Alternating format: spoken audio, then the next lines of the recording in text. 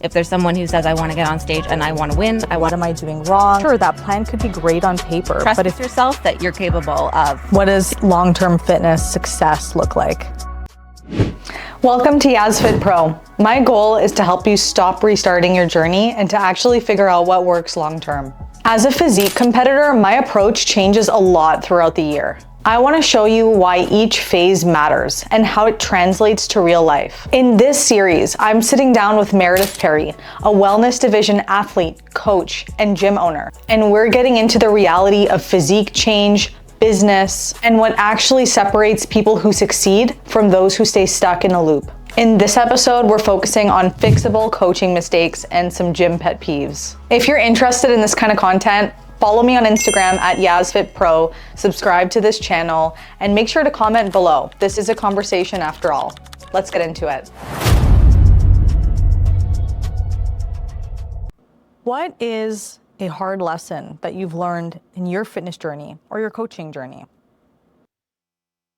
A lesson I've learned is that readiness is something that you can't really control because there's phases to being ready. There's contemplation of those phases of change and readiness. And if someone's not ready, you can't make them be ready. So I think you have to just take someone with where they're at. If you tell someone like,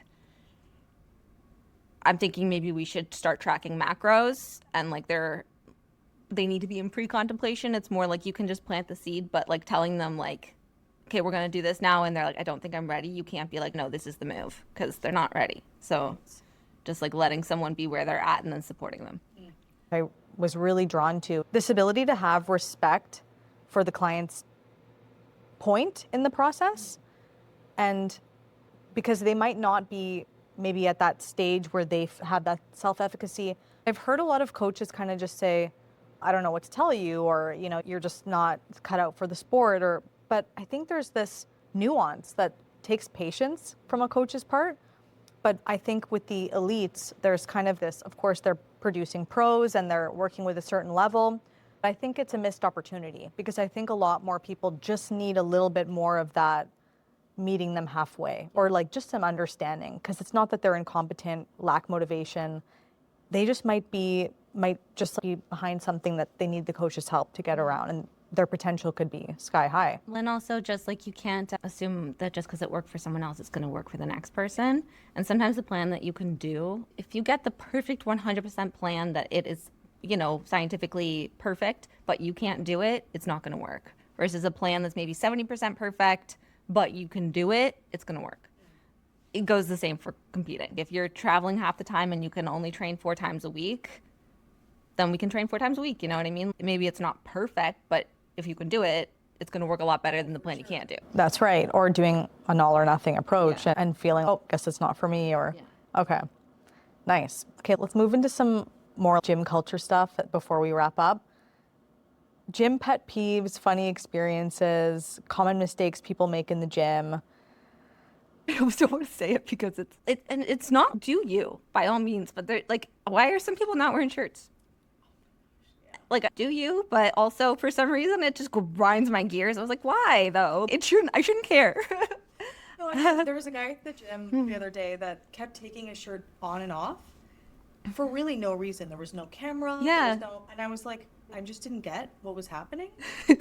And then I saw this commentary about why women don't wear clothes at the gym anymore. And it was someone kind of criticizing women's wear these days, where a lot of women wear bandos or like little shorts and whatever. And I think people have mixed opinions about modesty at the gym. But then you see a ton of shirtless guys. It's not a problem. And that doesn't, I think, that doesn't make sense to me. I feel like my identity stance is wear whatever you want, but for some reason guys not wearing shirts, I'm like, why? I would like to know why. I think that would be fun to go into a gym and just ask respectfully, can you just tell me why you're not wearing a shirt at the moment? Like a food podcast idea is asking people like, but just like any old question, like, why are you wearing those shoes? Even though there's, I think I'm getting tired. Or just the gym being busy. Like, I don't love it when I have to change the order of my workout, but that's no one's fault. But it does annoy me. But fitness trends that need to go. Of why won't it die? That you getting bulky, that you're gonna get bulky. Don't worry about it. that can go ahead and die now. What about you? I've heard the term lean muscle again, Yeah. which has been really interesting. I'm like, but muscle is lean. There's not one exercise. Let's just make this very clear. There's not one exercise that's going to make a muscle leaner than another. It's your insertions and all of that affects it. Gym trends. I think pre-workout scoop without water. I feel like it's like the cinnamon challenge waiting to happen, and I'm like really afraid someone's going to choke on it. That I have, yeah. It's us just not being able to go to bars anymore. Like, we can do shots. Yes. Yeah. Okay, kind of closing this out. We touched a little bit on how training carries over into life and business. There's an argument to be made about how it can help you be better. I've heard a lot of parents say that too, that by putting time into their fitness, they've been able to be better parents, or is that true? I think for sure. I think that allowing yourself to put yourself first is really important just in general, like prioritizing your health. Even with a business, it's still important that although I do want to not stop working and it's very tempting to keep working, it's important to make sure that you're doing those things that allow you to continue to be good at other things. I'm not like as nice. I don't show up as well if I'm not eating, sleeping, water, if I'm not training. I'm not going to be the best coach. So even to be the best coach, I need to make sure that I am taking care of myself. Otherwise, I can't show up for anyone else. Right. And I feel like that has to be kept front and center, because when people face that resistance of, no, but I can't put me for, it's like just that memory, like that reminder of, but what's the difference in quality of how I show up? Yeah.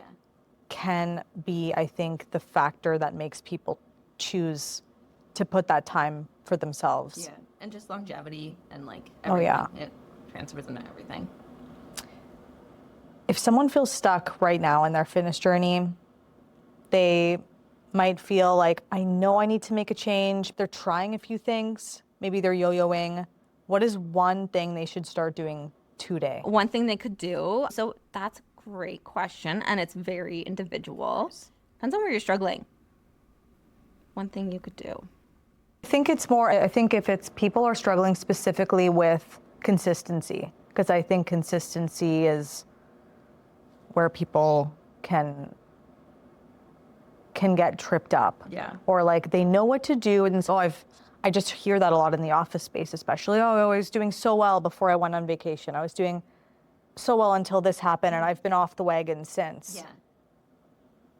For me personally, I think it's just a shift. It's like you didn't fall off the wagon. Like just That's something that's very common, is that also, like, you have to step back and think it is not realistic to think that I'm never going to get sick again. I'm never going to go on vacation again. I'm never going to get injured again. That's going to happen. If you're starting a prep, one of those three, knock on wood, maybe all, will happen. So just get used to rolling with the punches.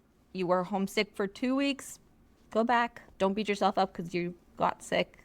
Of course you got sick. It's part of it. Yeah, so small action and like realistic. Focus on what you can do today. If you can go for a walk today, go for a walk. Don't focus on if you're going to go for a walk for every single day for the next 2 years. It's just today. So what does long-term fitness success look like for people? Success isn't perfection. No. We've been a lot of the time been fed that success is a transformation. It's a before and it's an after picture. That's a success.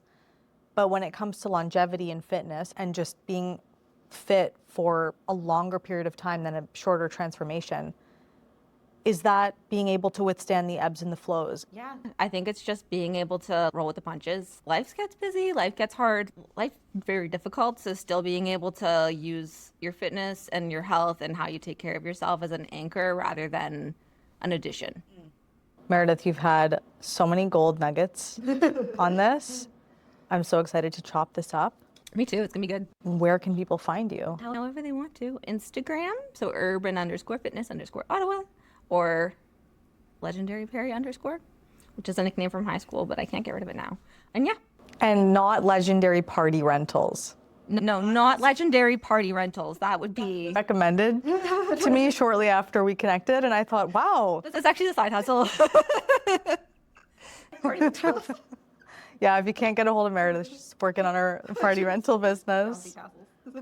Thanks for listening, guys. I still don't know what format this is gonna show up in, but if you want more fitness commentary, have specific questions, comment below, follow YasFit Pro, and Meredith, thanks. Thank you.